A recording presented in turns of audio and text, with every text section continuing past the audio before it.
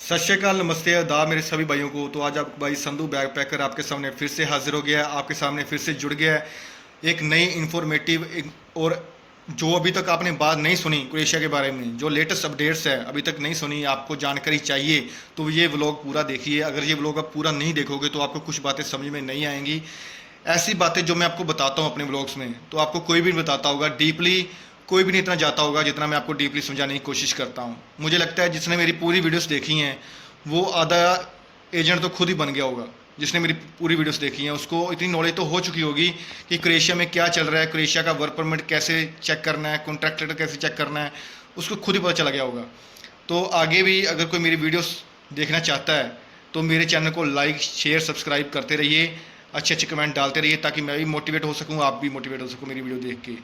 तो चलिए, जो मैं इस वीडियो की शुरुआत करता हूं। तो वीडियो शुरुआत करने से पहले दो चीज़ें मैं आपसे शेयर करना चाहता हूं। तो आज का मेरा जो टॉपिक है वो वर्क परमिट, वीज़ा और जो नई अपडेट क्रोएशिया से आई है उसके रिलेटेड है। इस वीडियो की शुरुआत करने से पहले जो मैंने पिछली प्रेडिक्शन की थी आपके सामने, जो मैंने पिछली वीडियो बनाई थी कि ये दिसंबर, जनवरी, फरवरी और मार्च की प्रेडिक्शन बताई थी कब तक इनके वीज़ा आने शुरू हो जाएंगे।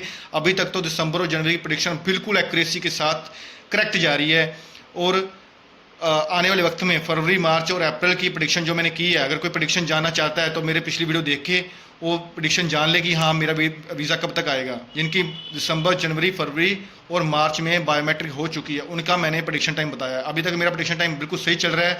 जितनी मैंने वीडियोस बताई हैं अभी तक, जिनकी जितनी प्रेडिक्शन की हैं सभी तक बिल्कुल एक्यूरेसी के साथ रही है, क्योंकि हमारा जो लिंक है वहाँ पे क्रोएशियन लोगों के साथ है। तो वो क्रोएशियन लोग जो हमें रियलिटी बताते हैं तो वही हम रियलिटी आपके सामने लेके आते हैं।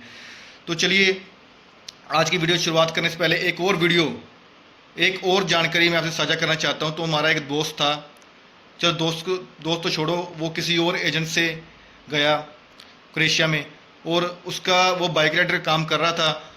बट क्या हुआ कि एक इंसिडेंट होने की वजह से उसका जो साइकिल था एक क्रोएशियन बंदे से टकरा गया, जिसकी वजह से उसको पुलिस वाले पकड़ के ले गए और उसको 3 दिन तक जेल में रखा गया। बट उसके फादर और मदर ने हमसे संपर्क किया, मैंने एक क्रोएशियन बंदे से संपर्क किया, तो किसी तरीके से हमने एडवोकेट करके उस बंदे को बाहर निकलवाया और उसको सेफली उसके काम में पहुंचा दिया है। अब उसका 2-3 दिन में उसका काम भी शुरू हो जाएगा। जो उसका नुकसान हुआ है वो भी हम भरवाने की कोशिश कर रहे हैं।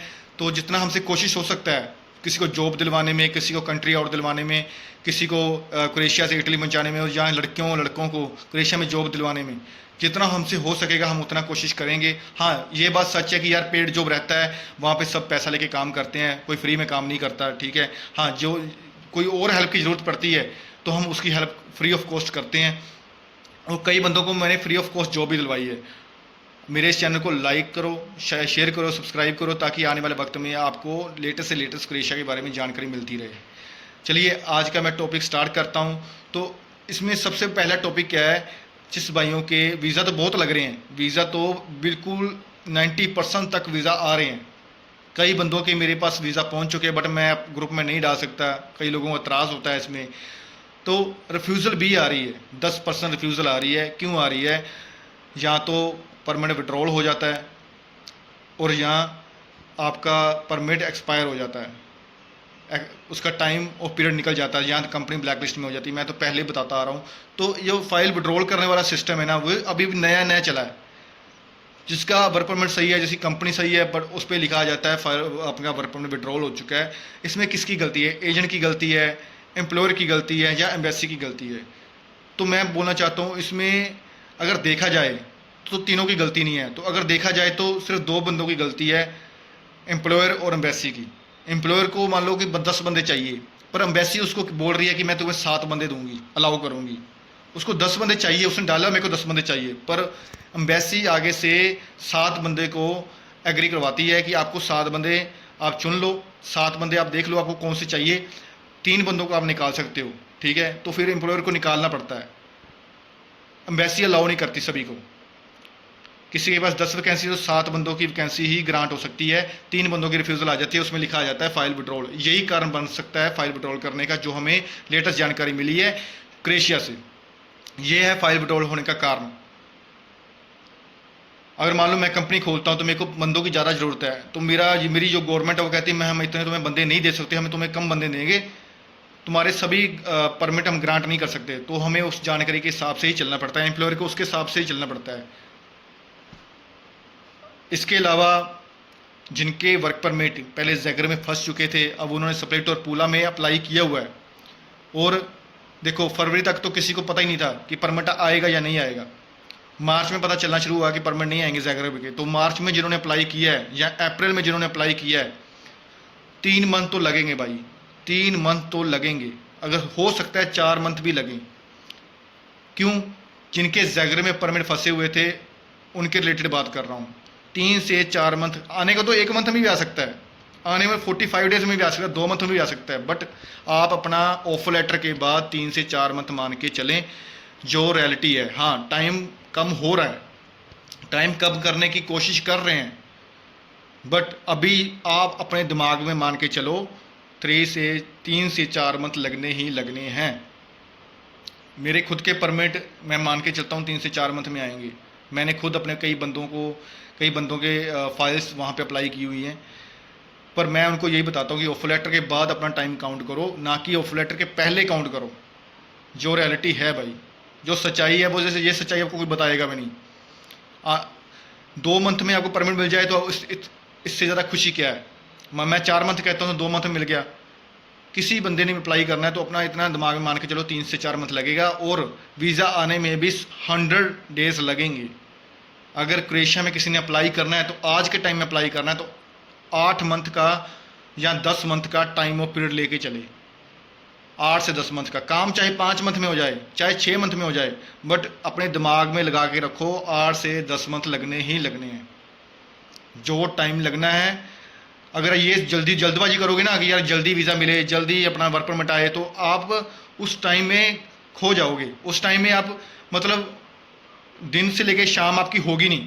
अगर सोच के बैठ जाओगे कि यार 3 से 4 मंथ में मेरे को क्रोएशिया निकलना है, अगर ये सोच के निकल जाओगे ना कि चलो ऑफर लेटर आ गया, परमिट आ जाए, कोई चक्कर नहीं, आएगा परमिट आएगा, सब कुछ आएगा, ठीक है। अगर टाइम का आपको अगर टाइम के बारे में सोचो ना, तो आपके जो दिन है ना वो आसानी से निकल जाएंगे। तो नेक्स्ट, जिनके वीज़ा रिफ्यूज़ हो रहे हैं, वो उनके दिमाग में पता क्या चक्कर रहता है कि यार वीज़ा रिफ्यूज़ हो गया, मैं पता नहीं कब अप्लाई करूँ, कब ना अप्लाई करूँ। आप उसी टाइम सिर्फ 15 डेज़ में आप अपना वर्क परमिट दोबारा अप्लाई कर सकते हो। सिर्फ 15 डेज़ में आप अपना वर्क परमिट दोबारा अप्लाई कर सकते हो। किसी भी कंपनी में कोई दिक्कत की बात नहीं है, ऐसा कोई रूल नहीं है कि आपका वीज़ा रिफ्यूज़ हो गया 6 महीने में के बाद आप अप्लाई करें, उसी तुरंत आप अपना वीज़ा अप्लाई कर सकते हो, किसी भी कंपनी में अप्लाई कर सकते हो। बट देखना ये है कि आपने अगर बाइक राइडर में अप्लाई किया तो अगर कोई दूसरी कंपनी आप चेंज करना चाहते हो, मान लो वीज़ा रिफ्यूज़ हो गया बाइक राइडर का, तो आप कंस्ट्रक्शन में जाना चाहते हो, तो कंस्ट्रक्शन का एक्सपीरियंस लेटर लगेगा आपको। कंस्ट्रक्शन का अगर कंस्ट्रक्शन एक्सपीरियंस लेटर लगेगा लेटर पैड पे, ठीक है, नहीं तो वीज़ा फिर से रिफ्यूज़ होगा। वो भी सोचेंगे, वो भी एम्बेसी भी सोचती है कि पहले इसने बाइक राइडर में रिफ्यूज़ल खाया है, अब ये कंस्ट्रक्शन में जाना चाहता है तो कंस्ट्रक्शन का इसका क्या एक्सपीरियंस है, या होटल में जाना चाहता है तो होटल का क्या एक्सपीरियंस है इसके पास। तो ये सोच समझ के फाइल लगाइए, असेसमेंट फाइल की सोच समझ के लगाइए। एम्बेसी की तरह सोचो, ना कि अपने तरीके से सोचो। एम्बेसी क्या सोचेगी कि मैं बाइक राइडर हूँ तो होटल में जा रहा हूँ, होटल वाला हूँ, होटल का एक्सपीरियंस है तो कंस्ट्रक्शन में जा रहा हूँ, कंस्ट्रक्शन एक्सपीरियंस है तो बाइक राइडर में जा रहा हूँ। तो अपना एक्सपीरियंस लेटर जरूर लगाइए ताकि आगे के लिए आपको प्रॉब्लम ना हो। जो भी आप फाइल रेडी कर रहे हो, मान लो आपका वर्क परमिट आ जाता है, आप जो भी फाइल रेडी कर रहे हो, डी वीज़ा फॉर्म पूरी तरह चेक कीजिए अपना, कोई गलती तो नहीं है, एजेंट तो बना के भेज देगा। डी वीज़ा फॉर्म में एक एक चीज़ चेक करो कि मेरा नाम सही लिखा है, मेरे फादर का नाम सही लिखा है, मेरे घर का एड्रेस सही लिखा है, मेरा फ़ोन नंबर सही लिखा है, ईमेल आईडी सही लिखा है, सब कुछ चेक करो, ठीक है। उसके बाद ट्रैवल इंश्योरेंस मेरे हिसाब से आपको 4 मंथ का लगाना चाहिए। ट्रैवल इंश्योरेंस आपको 2 मंथ का नहीं 4 मंथ का लगाना चाहिए, चाहे जितना मर्जी महंगा हो। मैं तो अपने सभी बंदों का जो ट्रैवल इंश्योरेंस है 3 से 4 मंथ का लगा के भेजता हूँ, ठीक है, तो आगे के लिए प्रॉब्लम ना हो।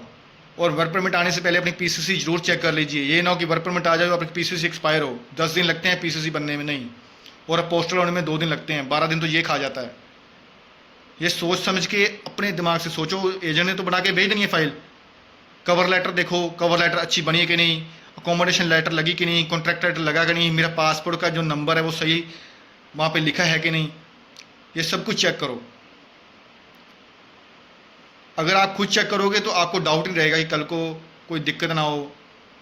हाँ, जिसकी री बायोमेट्रिक हो रही है उसके बारे में बताना चाहता हूँ। री बायोमेट्रिक वाले को अगर वो बोल रहा है कि भाई 2 मंथ के बाद मेरे को री बायोमेट्रिक के लिए बुलाया गया, अब मेरा कितना टाइम लगेगा आने को, तो वो 15 दिन में आ जाए, आने को 30 दिन में आ जाए, आने को 45 दिन में, 60 दिन में, 70 दिन में, 80 दिन में। ऐसा नहीं है कि आपकी री बायोमेट्रिक हो रही है थोड़ा वीज़ा जल्दी मिलेगा। इन एम्बेसी वालों को कुछ नहीं पता कब तक वीज़ा दे सकती है। कुछ बंदे हैं नेपाली हैं जिनका 45 डेज में वीज़ा लगा है, इंडियन बंदों का भी 45 डेज में वीज़ा लगा है। अब मैं सभी को थोड़ी बोल दूंगा कि आपका 45 डेज में वीज़ा लगेगा। तो अगर जितना मैंने अभी जानकारी दे दी है उसके अलावा आपको कोई जानकारी चाहिए क्रोएशिया की, आप मेरे को व्हाट्सएप पे मैसेज कर सकते हो, कमेंट में पूछ सकते हो, तो मैं आपका पूरा साथ दूंगा। आपको पता है मैं आपके हर कमेंट का जवाब देने की कोशिश करता हूँ। जितने बंदे कमेंट करते हैं सभी कमेंट में रिप्लाई करता हूँ। अगर कोई मेरे से कोई बात छूट गई है तो आप मेरे को कमेंट करके पूछ सकते हो, व्हाट्सएप पूछ सकते हो। तो बस आपसे यही रिक्वेस्ट है कि इस चैनल को लाइक शेयर सब्सक्राइब करते रहे ताकि आपको आने वाले वक्त में और भी मोटिवेशनल वीडियोस मिलती रहें। Thank you.